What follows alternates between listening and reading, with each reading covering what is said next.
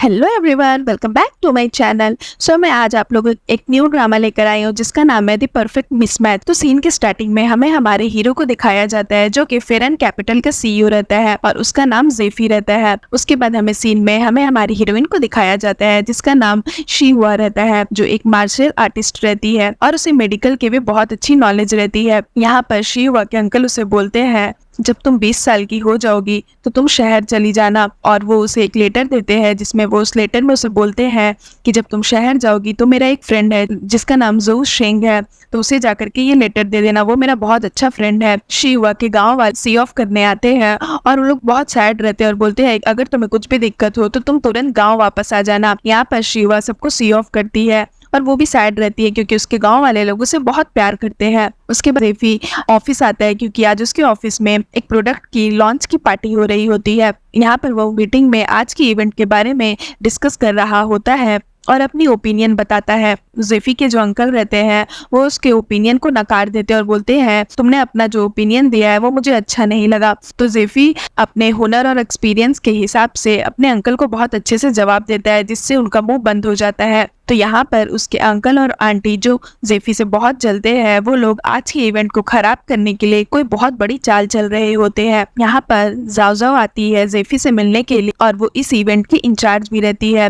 तो वो उसे बताती है कि तुम्हारे ग्रैंडपा ने आज के इवेंट में जिस स्पोक्स पर्सन को हायर किया है वो एक बहुत ही बड़ी एक्ट्रेस है और वो हो सकता है इसी स्पोक्स पर्सन के जरिए अपनी ग्रैंड डॉटर इन लॉ को भी खोज रहे हैं। तो जेफी उसे बोलता है कि मुझे फैमिली आगे बढ़ाने में अभी कोई इंटरेस्ट नहीं है और मुझे इस तरह की अरेंज मैरिज तो बिल्कुल भी पसंद नहीं है। यहाँ पर शीहुआ जेफी की कंपनी पहुंच जाती है और सोचती है कि मैं अपने मास्टर की फ्रेंड को कैसे ढूंढूं। तभी वो जैसे ही जेफी की कंपनी के अंदर जा रही होती है सिक्योरिटी गार्ड उसे रोक देता है और उससे पूछता है कि आप कौन हो और आपको किससे मिलना है। तो यहाँ पर शीहुआ उसे बताती है कि उसे जो होंगशिंग से मिलना है और उन तक मेरे मास्टर द्वारा दिया हुआ लेटर पहुंचाना है। तो सिक्योरिटी गार्ड उसकी बात सुनकर हंसने लगता और उसे लगता है कि शीहुआ मजाक कर रही है। तो वो उसे बोलता है कि इस तरह की स्टोरी मत बनाओ, मैं तुम्हें अंदर जाने नहीं दे सकता। यहाँ पर शीहुआ सिक्योरिटी गार्ड को बहुत समझाने की कोशिश करती है कि वो सच बोल रही है, बट सिक्योरिटी गार्ड फिर भी उसकी बातों पर बिलीव नहीं करता है। तभी शीहुआ कंपनी के अंदर जाने के लिए वहां से कूद जाती है और सारे सिक्योरिटी गार्ड्स के साथ वो फाइट करने लगती है। बट ये सब चीज वो इमेजिन ही कर रही होती है क्योंकि उसके अंकल ने उसे मना किया था कि जब भी तुम शहर जाओ किसी से फाइट मत करना। इसलिए वो सैड होकर के कंपनी से बाहर आ जाती है और सोचती है कि अब उसे क्या करना चाहिए। तभी यहाँ कंपनी के चेयरमैन जो होंगशिंग कंपनी में पहुंचते हैं। यहाँ पर शीवा देखती है कि आज जो इवेंट होने वाला है कंपनी में उसके लिए बहुत सारे परफॉर्म जा रहे हैं। तो वो सोचती है कि वो उनके साथ ही बीच से होकर निकल जाए चुपके से। तो यहाँ पर वो टोपी पहनकर उस परफॉर्मर के पास जाती है और सारे परफॉर्मर को एक एक बैच मिल रहा होता है, तो वो भी उस बैच को ले लेती है और कंपनी के अंदर घुस जाती है। यहाँ पर जेफी के ग्रैंडपा जेफी से मिलने आते हैं और उसे बोलते हैं कि मैंने सुना है कि आजकल तुम कंपनी में देर तक रुक रहे हो और बहुत ज़्यादा काम कर रहे हो। तो जेफी उन्हें बोलता है कि हाँ, आजकल काम थोड़ा ज़्यादा है तो मैं बिजी हो गया हूँ। तो जेफी के ग्रैंडपा बोलते हैं कि अब तुम थोड़ा फैमिली बढ़ाने का सोचो, इस उम्र में मैं भी चाहता हूँ कि तुम शादी कर लो और मैं भी तुम्हारे बच्चे को गोद में खिलाऊं। तो जेफी अपने ग्रैंडपा की बात को इग्नोर कर देता है क्योंकि उसे शादी में कोई इंटरेस्ट नहीं रहता है और वो बहाना करके उनके लिए पानी लाने चला जाता है। यहाँ पर शीहुआ उस इवेंट में तो पहुंच जाती है क्रू मेंबर बनकर, बट वो सोचती है कि आगे उसे क्या करना चाहिए। तभी वहां पर सिक्योरिटी गार्ड आता है। तो सिक्योरिटी गार्ड को देखकर शीहुआ अपना मुंह छुपा लेती है ताकि वो उसे पहचान ना पाए और वो उस सिक्योरिटी गार्ड से छुपकर एक रूम में पहुंचती है जहाँ पर एक शील्ड बना रहता है। तो वो शील्ड के अंदर जाकर के छुप जाती है। तभी वहां पर उस इवेंट की स्पोक्स पर्सन लिन आती है और उसे पता नहीं रहता है कि शील्ड के अंदर कोई है और वो किसी से कॉल पर बात करती है और वो कोई और नहीं बल्कि कॉल पर जो रहते हैं वो जेफी के अंकल आंटी ही रहते हैं जो लिन को इस इवेंट को खराब करने के लिए बहुत सारे पैसे दिए रहते हैं। तो यहाँ पर लिन उनसे बात करके बोलती है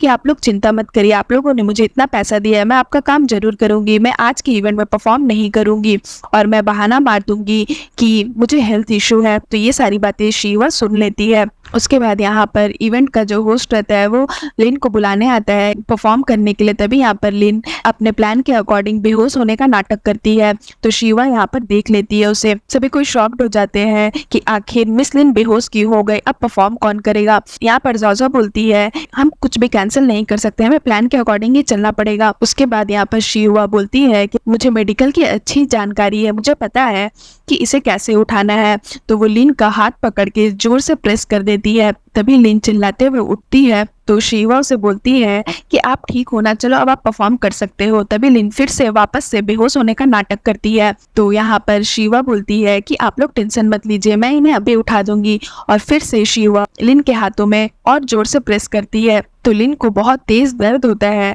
तो वो चिल्लाकर फिर से उठती है। उसके बाद शिवा बोलती है कि अब आप ठीक हो तो जाओ, आप जाकर के आप परफॉर्म करो, इवेंट में बहुत सारे लोग आपका वेट कर रहे हैं। तो लिन को समझ नहीं आता है कि वो क्या करे, तो वो नकली आंसू बहाने लगती है और अपना मेकअप खराब कर लेती है और बोलती है कि मेरे सारे मेकअप खराब हो गए, अब मैं परफॉर्म नहीं करूंगी, मैं जा रही हूँ। उसके बाद वहां पर जितने लोग भी रहते हैं वो शिवा को बोलते हैं कि तुम जाकर के बोल दो लिन भाग गई है, वो परफॉर्म नहीं कर सकती। तो यहाँ पर शिवा स्टेज पर पहुंच जाती है। तो यहाँ पर शाशा बोलती है म्यूजिक स्टार्ट करो, हम कुछ नहीं कर सकते, अब हम अपने प्लान को कैंसिल नहीं कर सकते। तो यहाँ पर जैसे ही शिवा बोलने जाती है कि लिन भाग गई और वो परफॉर्म नहीं कर सकती, तभी म्यूजिक स्टार्ट हो जाता है और लाइट्स ऑफ हो जाती है। तो यहाँ पर शिवा को समझ नहीं आता है कि सारे लोग तो देख रहे हैं, तो अब वो क्या करे। तो वो अपना मार्शल आर्ट स्किल दिखाने लगती है। तो उसके परफॉर्मेंस से सभी कोई बहुत खुश हो जाते हैं और तालियां बजाने लगते हैं। शिहा बहुत खुश हो जाती है। उसके बाद जेफी स्टेज पर जाता है शिवा से मिलने और उसे ग्रीट करता है और उसे बोलता है कि तुमने बहुत अच्छा परफॉर्म किया। और वो शिवा को सबको इंट्रोड्यूस कराता है और उसे बोलता है कि इसका नाम लिन है। तो यहाँ पर शिवा उसे धीरे से बोलती है कि मेरा नाम लिन नहीं है। उसके बाद यहाँ पर जेफी लिन के मैनेजर को कॉल कर सारे पैसे वापस करने की मांग करता है। उसके बाद यहाँ पर जेफी पूछता है कि तुमने ये मार्शल आर्ट कहाँ से सीखा और तुम्हारा नाम क्या है। तो यहाँ पर शिवा उसे अपना इंट्रोडक्शन देती है और बोलती है मैं अपने गांव से आई हूँ, मेरे मास्टर ने ये सब सिखाया था और मुझे इस ऑफिस में किसी से मिलना है क्योंकि मेरे मास्टर उनके बहुत अच्छे दोस्त है और उन्होंने लेटर दिया था उन्हें देने के लिए, इसलिए मैं यहाँ पर आई थी। तो जेफी उसे बताता है कि आज से तुम हमारी कंपनी के लिए काम करोगी जब तक ये इवेंट वाला मैटर सॉल्व नहीं हो जाता तब तक के लिए, ताकि मीडिया में ये बात ना फैले। उसके बाद वो शिवा को साशा से इंट्रोड्यूस कराता है और उसे बोलता है कि इस कंपनी में शिवा की तुम आज से हेल्प करना और तुम लोग दोनों कंपनी के लिए साथ में काम करना। यहाँ पर साशा पूछती है कि वैसे तुम किसे ढूंढ रही हो इस कंपनी में। शिवा उसे बताती है कि मैं जू होंगशिंग को ढूंढ रही हूँ जो मेरे मास्टर के बहुत अच्छे फ्रेंड है। तो यहाँ पर जेफी जैसे ही जा रहा होता है उसकी बात सुनकर रुक जाता है। उसके बाद वो शिवा को लेकर अपने घर आता है अपने ग्रैंडपा से मिलाने के लिए। यहाँ पर हमें जेफी के छोटे भाई को दिखाया जाता है जिसका नाम जीरान रहता है, जो स्कूल बंक करके अपने ग्रैंडपा के साथ गो खेलने के लिए आया रहता है। यहाँ पर जेफी के ग्रैंडपा आते हैं और जेफी को बोलते हैं कि जेफी ये लड़की कौन है।